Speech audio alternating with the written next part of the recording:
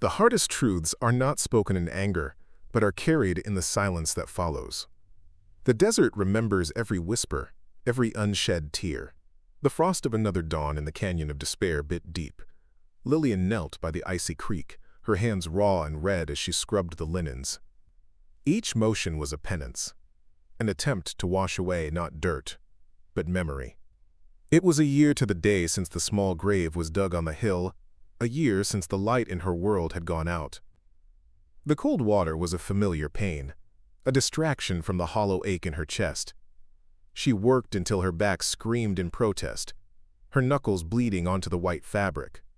It was a small price to pay for a moment of forgetting, a brief respite from the silence that now filled her small cabin and her life. Her husband, Amos, had been consumed by the same grief that haunted her, but his sorrow had twisted into something ugly and cold. The man who once held her with tenderness now looked at her with eyes full of blame. His grief found its voice not in tears, but in the sharp crack of his hand against her skin. Lillian adjusted her bonnet, the simple cloth a shield to hide the yellowing bruise near her temple. It was a silent testament to his nightly anguish, a map of his despair drawn upon her face. She had learned to move quietly, to become small, to avoid waking the sleeping beast of his pain. But it was a beast that was never truly asleep. From the high ledge that shadowed the town, Nakoma watched. He was of the Arapaho people, a man who moved with the quiet grace of a hunting cat and read the land like an open book. To the townsfolk below, he was little more than a phantom, a part of the wild landscape they sought to tame. They saw a silhouette, a whisper of a man who belonged to the mountains. They did not see the keen eyes that missed nothing, nor the stillness that held a deep well of knowledge. He sat motionless, a silent guardian carved from the rock itself, his gaze fixed on the lone figure by the creek. Lillian felt his eyes upon her. It was a strange sensation, a warmth that spread through her despite the morning chill. It was not the predatory stare of a wolf, nor the judgmental gaze of the townsfolk. It was something else entirely. Her heart, long dormant, began to beat a little faster. This feeling was not fear. She knew fear intimately, its cold touch and bitter taste. This was a flicker of something forgotten, a strange and unfamiliar stirring in the desolate landscape of her heart. For a moment she felt seen, not as a broken thing, but simply as a woman kneeling by a stream. That day, the sun beat down on the dusty street of the canyon but offered no warmth. Amos had been drinking since morning, his mood as dark and volatile as a thunderhead building over the peaks. Lillian slipped into Mary's mercantile, the bell above the door sounding unnaturally loud in the tense quiet. She had a few eggs, her last currency in a world that now measured her worth in whispers and sideways glances. "Flour, Mary, please," she said, her voice barely a whisper. Mary, her face a mask of strange neutrality, began to weigh the flour, her movements quick and efficient, eager to finish the transaction. The door slammed open, and Amos filled the doorway, his eyes burning with a drunken fire. He grabbed Lillian by the arm, his fingers digging into her flesh. "What are you doing here?" he hissed, his voice thick with whiskey and rage. He dragged her out into the street, the basket falling from her grasp. The eggs shattered against the hard-packed earth, a messy stain on the town's dusty face. "Are you looking for that savage again?" he snarled, gesturing wildly toward the high ledge. Sheriff Morgan, sitting on his porch across the street, merely shook his head and looked away. The law was clear. A wife was her husband's business. From the alley between the mercantile and the blacksmith, a figure emerged. It was Nakoma. He moved with a deliberate calm that seemed to suck the very sound from the air. He did not speak. His eyes, dark and unreadable, were fixed on Amos. He walked past the furious man and knelt, gathering the spilled flour back into the sack with steady hands. The silence was absolute, broken only by Amos's heavy breathing. The entire street seemed to hold its breath, watching the silent confrontation unfold under the harsh glare of the midday sun. Nakoma's presence was a quiet challenge, a force of nature that could not be ignored. Nakoma rose and held the flour sack out to Lillian. His gaze then shifted, meeting the fury in Amos's eyes with a look as solid and unyielding as the mountains themselves. For a long, tense moment, the two men were locked in a silent battle of wills. The air crackled with unspoken threats. Amos, his face contorted with rage, finally broke the stalemate. With a guttural curse, he tightened his grip on Lillian's arm and pulled her away, dragging her down the street toward their cabin. The town exhaled, the brief drama over. But for Lillian, the silent intervention was a seed of hope planted in barren ground. After the public humiliation, the canyon became a prison of silent judgment. Mary at the Mercantile suddenly remembered that Lillian's credit had run out. Her eyes would not meet Lillian's, instead focusing on a far corner of the dusty shop. On Sunday, the pastor spoke of wayward women and the temptations of the flesh, his gaze sweeping over Lillian's bowed head like a bird of prey. The sermon was a verdict, and the congregation was the jury. She felt their condemnation like a physical weight, pressing down on her, suffocating her. She was no longer a neighbor, but a cautionary tale whispered behind cupped hands. Even the children, sensing the shift in the town's mood, became her tormentors. They would follow her at a distance, their childish taunts echoing in the narrow streets. Sometimes, a well-aimed stone would strike her back. She did not flinch. She had become a ghost in her own life, invisible to compassion but a clear target for scorn. She moved through the town like a phantom, her face hidden by her bonnet, her spirit shrinking with each passing day. The isolation was a wall, growing higher and thicker, cutting her off from a world that had already cast her out. But in this desert of loneliness, small miracles began to appear. One morning, she opened her door to find a neat stack of perfectly split juniper wood, enough to keep the cabin warm for a week. She stood staring at it, her heart pounding with a mixture of fear and wonder. Who would do such a thing? The wood was cut with a skill she had never seen, each piece uniform and clean. It was an act of kindness so unexpected, so profound, that it felt like a dream. For the first time in a long time, a flicker of warmth that had nothing to do with a fire touched her soul. The gifts continued. A few days later, a bundle of herbs, tied with a strip of leather, lay on her doorstep. The scent of sage and pine filled the air, a wild and clean aroma that spoke of the mountains. It was a remedy for aches and pains, she realized. A balm for bruises both seen and unseen. Then came a rabbit, cleaned and ready for the pot. There was no note, no sign of the giver. But she knew. These were silent messages from Nakoma, a quiet acknowledgement of her suffering, a lifeline of hope thrown across the chasm of her despair. Each gift was a whisper. You are not alone. Amos came home late, his boots heavy on the porch. He found the latest gift before she could hide it, a small piece of cottonwood bark with the delicate image of a feather etched into its surface. He held it up, his knuckles white. "What is this?" he demanded, his voice dangerously low. "Where did you get this trinket?" Lillian stood frozen, her throat tight with fear. The small, simple carving felt like a brand, marking her as something he could not own, something he could not control. The fragile peace of the last few days shattered like glass. The beast was awake. That night, his grief and rage finally boiled over. He did not just strike her. He unleashed a torrent of bitter words, each one a poisoned arrow aimed at her heart. "It was you," he spat, his face a mask of anguish. "You were not careful enough. You let him slip away." He blamed her for the death of their son, twisting his own unbearable pain into a weapon to destroy her. He recounted every small joy they had shared, and turned it into an accusation, every memory a fresh wound. He was not just hurting her body. He was trying to erase her very soul. When his words were spent, and he was left trembling with the force of his own venom, he grabbed her and dragged her outside. He threw her into the dark, cold barn, the smell of hay and dust filling her senses. The heavy wooden bar fell into place, the sound echoing the finality of a coffin lid closing. "Maybe the cold will clear your sinful mind," he snarled through the door, his voice muffled. "Maybe it will remind you of your place." The darkness swallowed her, absolute and profound. The cold began to seep into her bones, a slow, creeping death. Lillian lay on the hard-packed earth, the chill of the ground leaching the last of her warmth. She did not have the strength to cry, nor the will to fight. A strange calm settled over her. The pain in her body faded into a dull ache, and the world began to recede. She was floating in a dark, silent space. She thought of her baby's small, perfect hands. She thought of the life they had lost.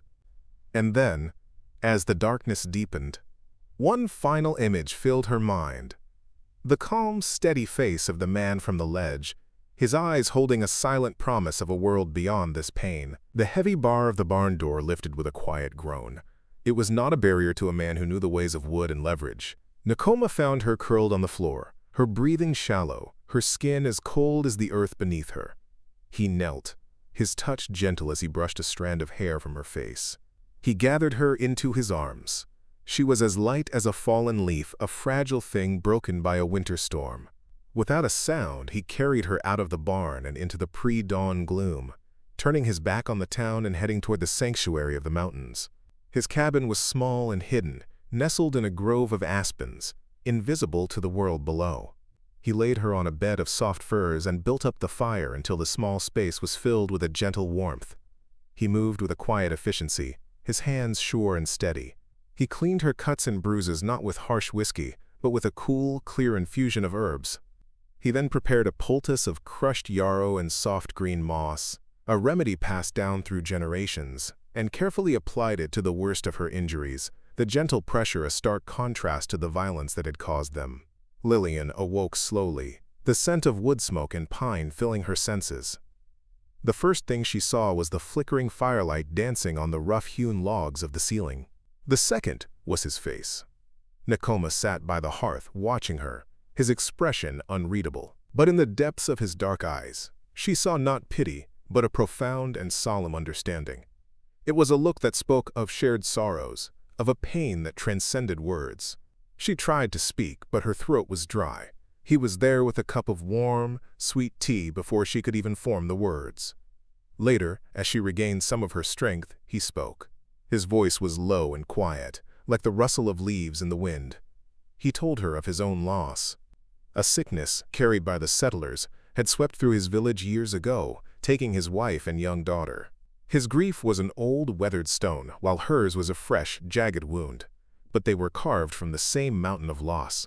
In the quiet solitude of the mountain cabin, two lonely souls, broken by the world in different ways, found a fragile, unspoken comfort in their shared pain.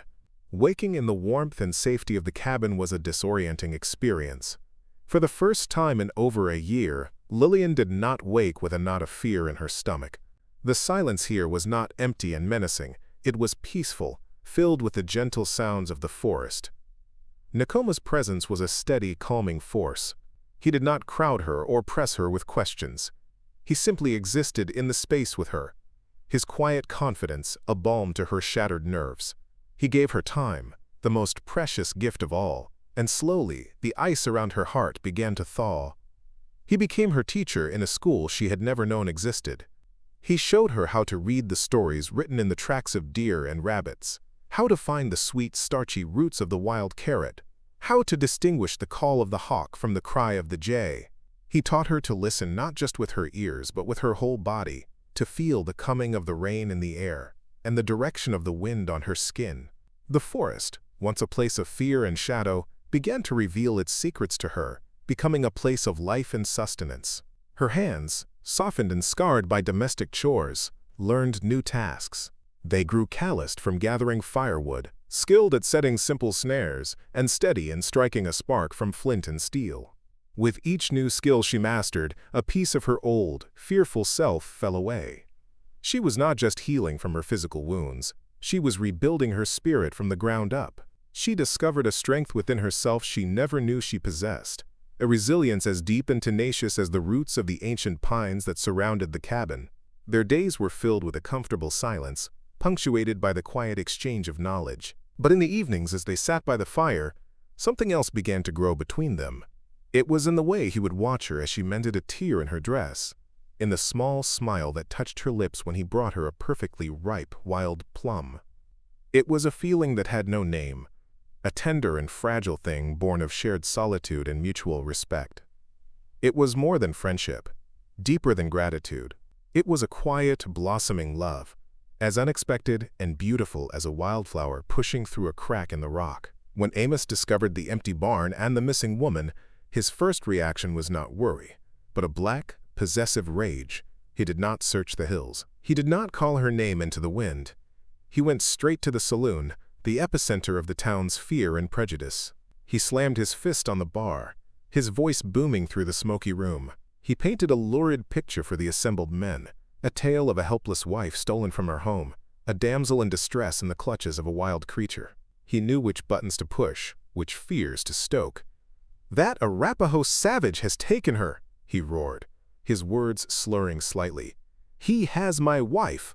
His friend Jess, a man whose loyalty was as cheap as the whiskey he drank, was the first to rally to his cause. "We cannot let these heathens think they can just take what they want," Jess shouted, his voice rising with false bravado.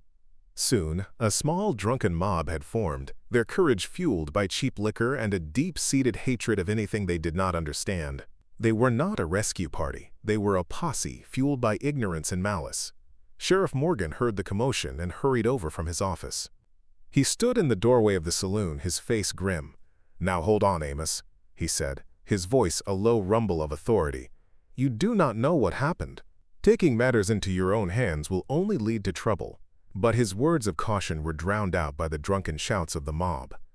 They saw him not as the voice of reason, but as an obstacle to their righteous fury. Amos brushed past him, a look of triumph on his face. He had the town on his side now. The story spread through the canyon like a wildfire. Lillian was no longer just the grieving wife or the shunned outcast. She was now the fallen woman, the traitor who had willingly run off with a native. The women who had once offered her condolences now whispered that they had always known she had a wild streak.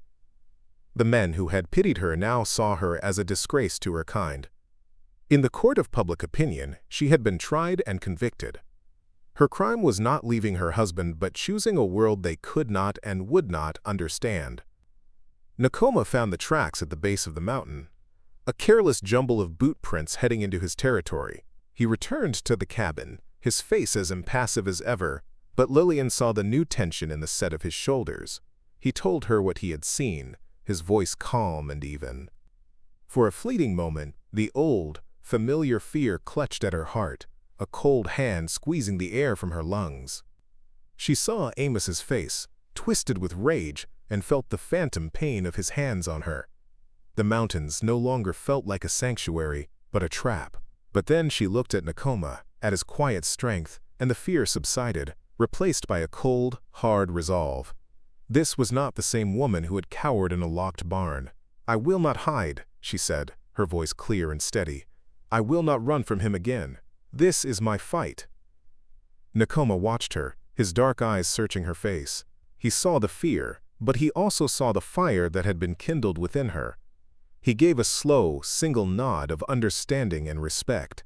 He would stand with her, but he would not fight her battle for her. He did not offer her a firearm.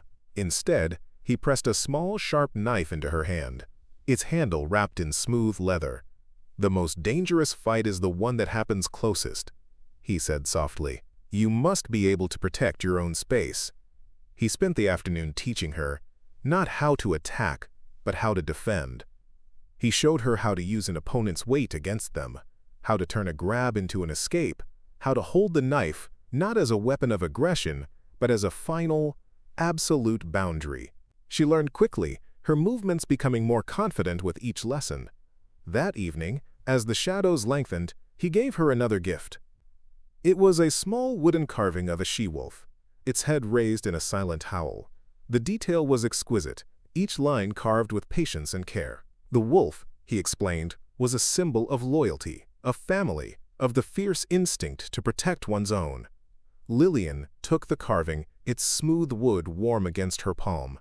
It was more than a gift. It was an acknowledgement.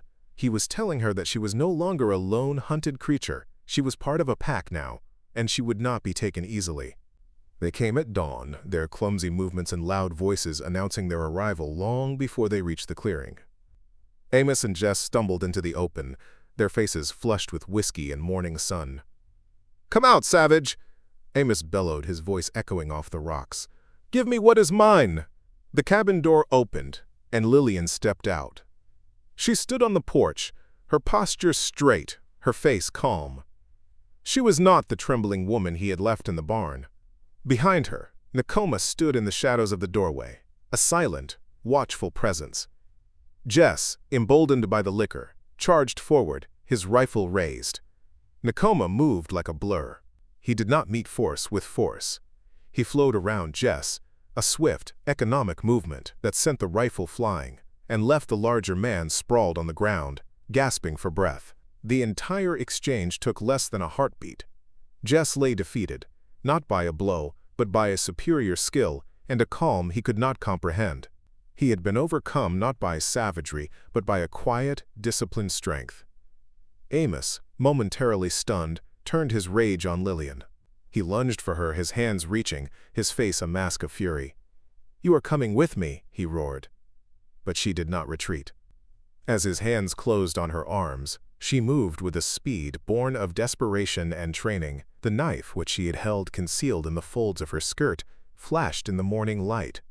She did not stab or slash wildly. She made a single, precise cut across the back of his hand, the one that held her tightest. It was not a fatal wound, but it was sharp, deep, and shocking. A cry of pain and surprise escaped Amos's lips.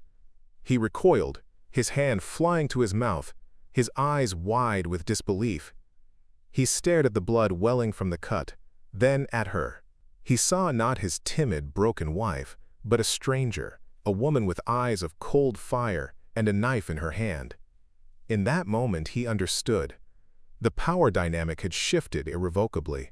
She was no longer his possession, no longer a victim of his whims. She had drawn a line in the earth, a boundary he could not cross. She had claimed herself. A new figure appeared at the edge of the clearing, astride a tired-looking horse. It was Sheriff Morgan. He had followed the posse, his old bones aching, a sense of grim duty pushing him onward. He had hoped to prevent bloodshed, and he had arrived at the climax of the drama. His gaze took in the scene in an instant. Jess on the ground, struggling to his feet. Amos clutching his bleeding hand, his face a mixture of rage and shock. And Lillian, standing tall and defiant, the knife still in her hand, with Nakoma a silent guardian at her back. The sheriff dismounted slowly, his eyes never leaving the small group. He had known Amos his whole life. He had seen the good man grief had turned into a monster. He had seen the bruises on Lillian's face and had done nothing, hiding behind the flimsy shield of the law. He looked at her now, at her quiet dignity and fierce resolve, and he felt a profound sense of shame.